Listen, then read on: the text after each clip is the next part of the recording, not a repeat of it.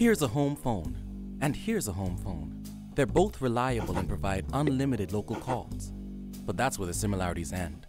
This one includes more than 18 popular calling features, like call waiting, caller ID, three-way calling, and call forwarding. The other one charges extra for those, as much as $34.50 more a month if you add them all up. This one includes voicemail. The other one does not. This one has low long-distance rates, just 15 cents a minute to the US. The other one charges 47 cents a minute for the same thing. So, which one would you choose for your home phone? This one is Rev Voice, and you can get it for as low as $14.99 a month. Rev Voice, the better choice. Sign up for Rev Voice today for as low as $14.99 a month. You get lots of free features, lower long-distance rates, and great sound quality. Call us at 601-8992 to sign up for Rev Voice today. Good evening, Bahamas. You're tuned in to NB12 broadcasting from Cable 12 Studios on Robinson Road. Coming up tonight in news, the Prime Minister shares his initial reaction to last week's no vote, the latest on web shop's fight to stay open, plus a professional golf tournament headed to the Bahamas. We've got those stories and much more. I'm Bonnie Toot, and NB12 starts right now.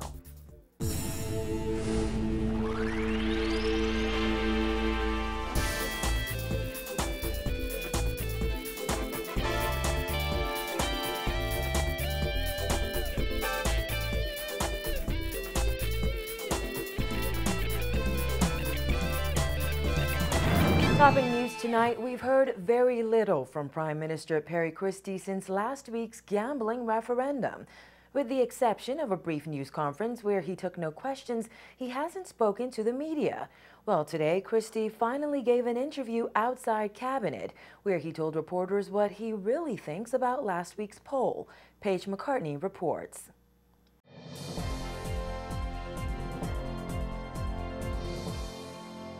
It's been 1 week since the gambling referendum, and the Prime Minister, for the first time today, answering questions about his views on the process and revealing his true feelings about the outcome.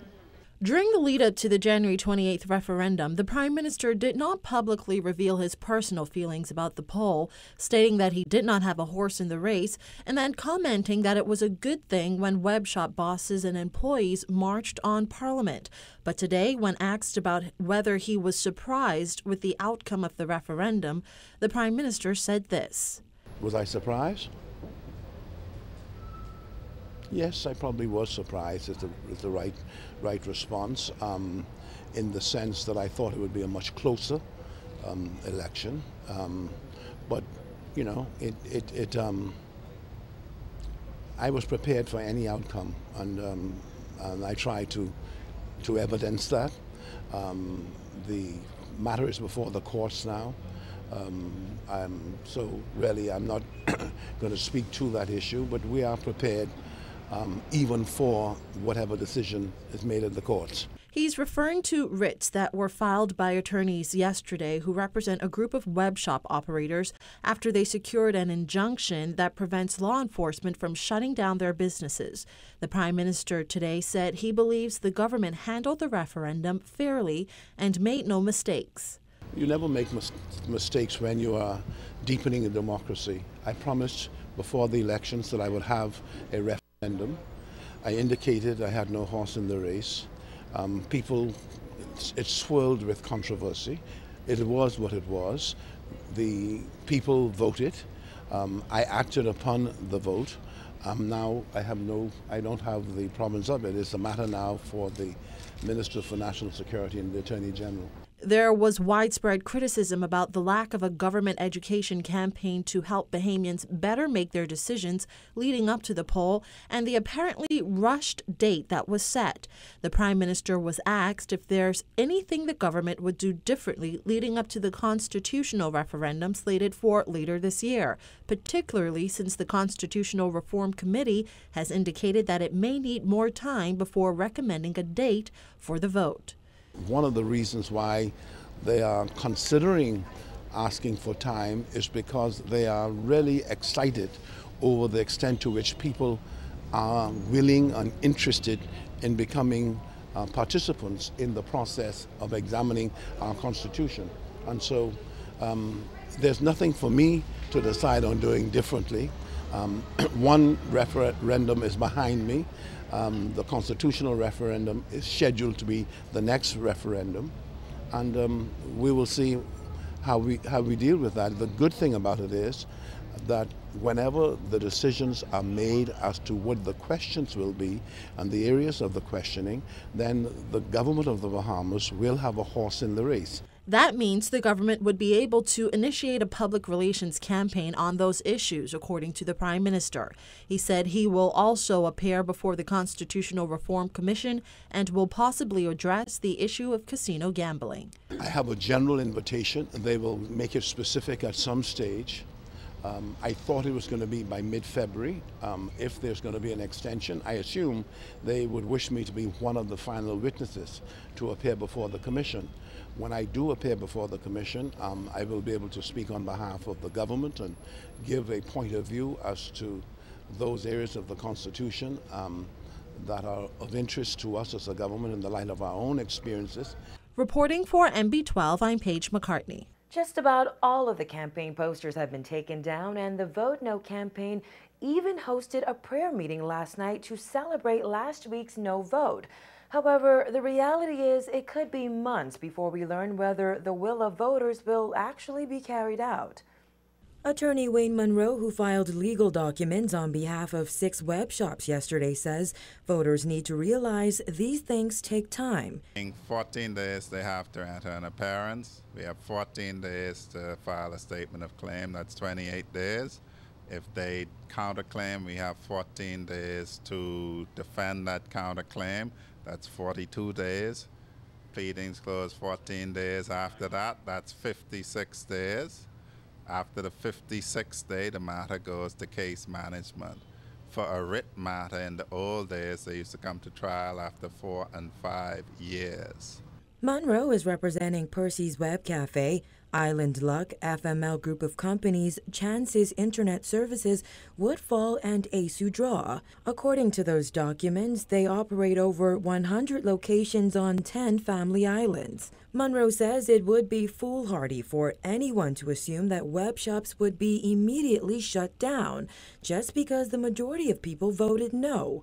The difficulty in the Bahamas is that we live in an immediate culture. So people believe that you could immediately say something is illegal without giving reasons, without reasoning, and then answer a question differently than it's asked, and you're supposed to get an instant result. People are disappointed because they did not think in an intellectual manner that if you answer a question, if somebody's business is going to be affected, you better believe they're going to go to court over it. Somehow people assume that people would just lay down and take it. I don't understand that form of thinking. That's really silly thinking. Monroe says the basis of their contention is that the development of the technology and business method took the operation outside the behavior defined in the Lotteries and Gaming Act. The Minister of State for Legal Affairs, Mr. Damian Gomez, in his contribution to the amendment to the Constitutional Referendum Act, said that the Lotteries and Gaming Act did not control internet gaming. He said it in Parliament. People don't read or pay attention to things that don't really interest them. I was very heartened that Minister Gomez was saying something that many of us had said for ages. The law didn't keep up with technology. He accused some parties of political mischief. The No campaign, I think, for political mischief characterized it differently, and the FNM for its political mischief characterized it differently.